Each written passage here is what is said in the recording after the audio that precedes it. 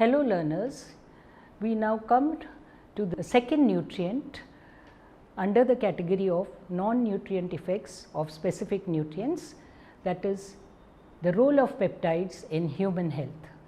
Now, the role of bioactive peptides in human health is discussed in this module. The different methods of obtaining peptides from plants and animal sources and the regulatory requirements will be discussed. The use of peptides for increasing energy, burning fat, building muscle and improving athletic ability shall be dealt with along with traditional food sources. Recent scientific evidence suggests that food proteins not only serve as nutrients, but can also modulate the body's physiological functions. These physiological functions are primarily regulated by peptides that are encrypted in the native protein sequences. Peptides and proteins are both made up of amino acids.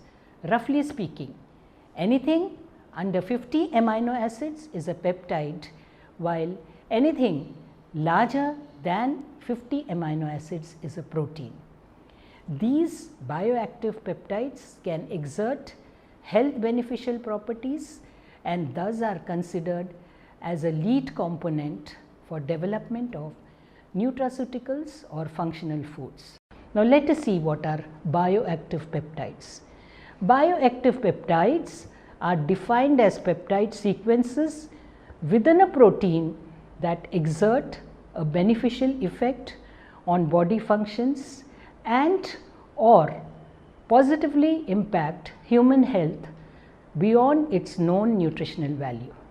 These peptides can regulate important bodily functions through their myriad activities, including antihypertensive, antimicrobial, antithrombotic, immunomodulatory, opioid, oxidant, antioxidant and mineral binding function. These are also used for the development of nutraceuticals or functional foods. Now, the sources of peptides include an array of plant and animal food proteins that have been used for extracting bioactive peptides. The most widely used animal proteins are from eggs, milk, that is casein and whey, and meat proteins. Bioactive peptides from plant sources are typically from soya, oat, pulses that include chickpea, beans, peas and lentils, canola, wheat, flax seeds and hemp seed. Furthermore, proteins from marine sources have also been used, for instance, fish, squid, salmon, sea urchin, oyster, seahorse and snow crab. Let us see what are the methods of production of bioactive peptides. Now, bioactive peptides from food proteins can be produced either by enzymatic hydrolysis using proteolytic enzymes from either plants or microbes, hydrolysis with digestive enzymes which is stimulated by gastrointestinal digestion, or by fermentation using starter cultures. Some studies also used a combination of these methods to produce peptides with a biological activity.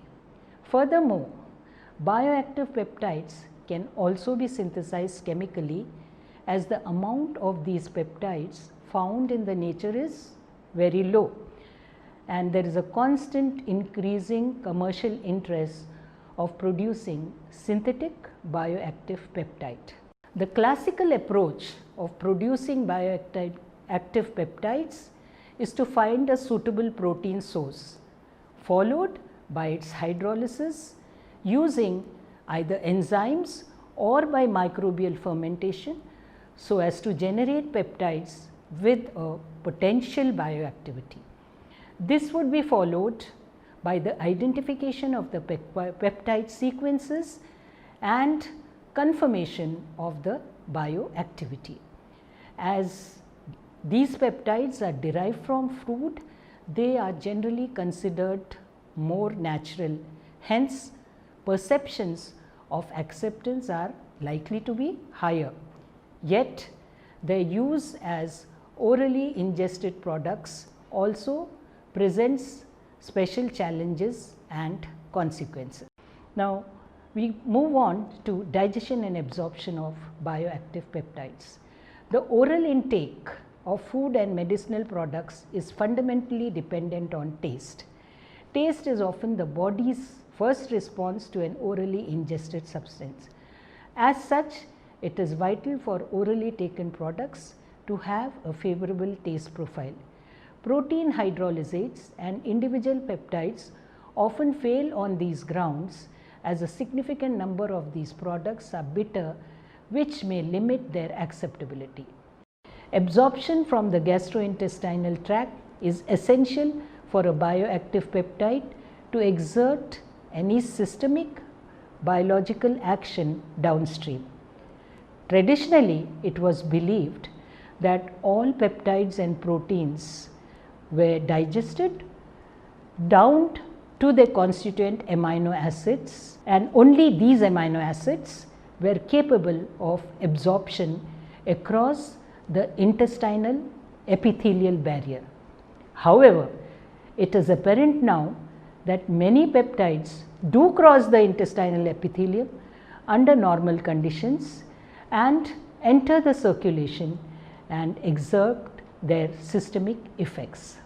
The absorption of intact peptides, either alone or as part of a protein hydrolysate, is an exciting area of research that is critical for the successful oral use of these compounds, and examination of the specific mechanisms and therapeutic approaches in greater detail is required. A larger number of food peptides have already been validated for their anti-inflammatory and antioxidant properties, which make them either alone or in combination theoretically well suited for management of irritable bowel disorder cases. Now, let us see what are the health benefits of peptides.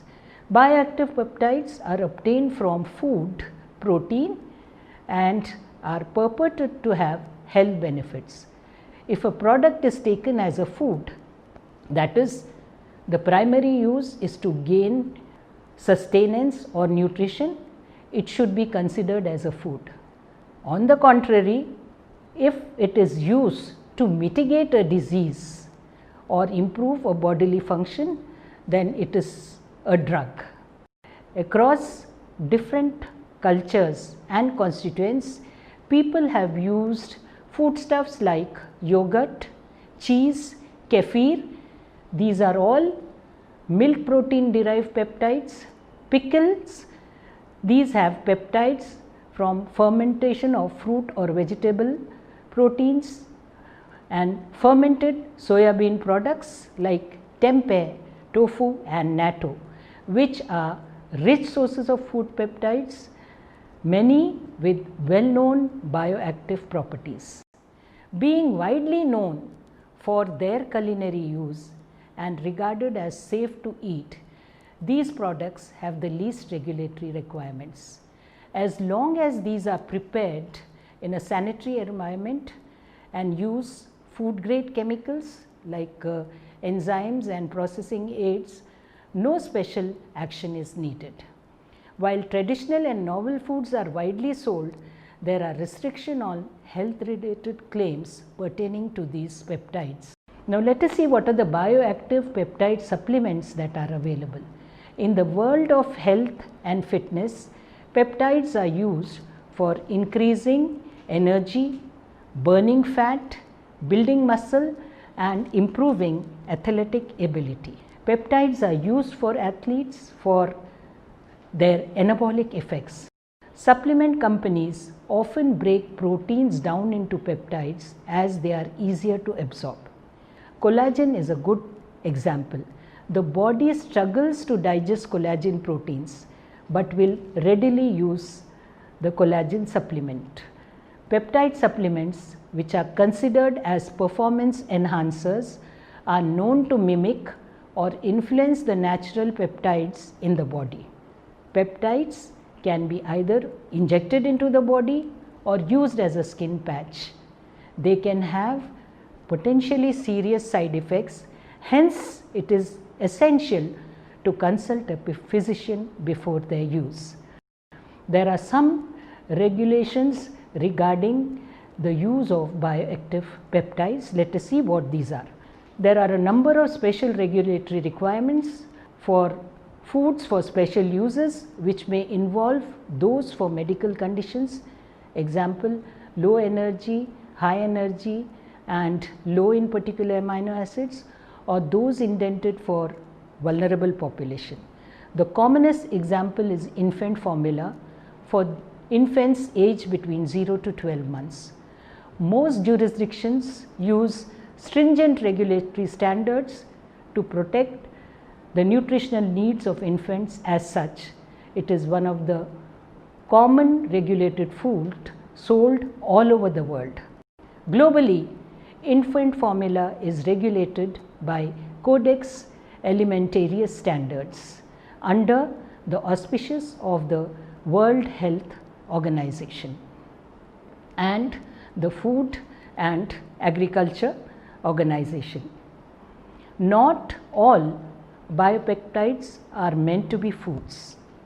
Many are better suited for use as health products, which can be addressed under the natural product category. Thus, the potential exists for use of bioactive peptides with well-defined physiological roles to be incorporated into commercially available foods and drinks under this regulatory measure. The regulatory environment includes the laws, regulations and licensing systems that govern the manufacture, import, export and sale of regulated products. In the context of biomedical and food industries, it involves various aspects of foods, drugs and other products with effects on health and nutrition. Most advanced economies of the world have regulatory regimens that ensure the safety and, wherever applicable, efficacy of such products in order to protect the well-being of their citizens. Given the novelty and the potential health and nutritional roles of food-derived bioactive peptides and protein hydrolysates, it is critical to understand and engage with the regulatory systems in place in order to successfully translate the discoveries from the laboratory to the real world. Now we go to the challenges in use of bioactive peptide supplements. Now, the oral use of bioactive peptides and protein hydrolysis offer a number of unique advantages and challenges that require further efforts in research and development targeted towards different aspects such as palatability, digestion, sites of action and safety. The development of these peptides for health promoting and therapeutic purposes would have to take into account these factors when devising strategies for oral usage. It is also very important to investigate the impact of the coexisting food matrix on absorption of these bioactive peptides. Research is also required to evaluate the physiological efficacy of these food-derived peptides in human clinical studies. Such scientific knowledge will be helpful for the regulatory bodies to categorize these products, which would facilitate their commercial use to improve human health and wellness.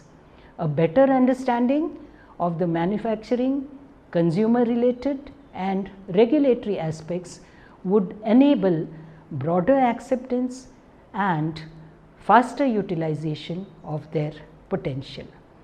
We have seen, learners, how peptide is obtained from protein sources, from plant and animal foods, as well as the traditional foods which are good sources of peptides.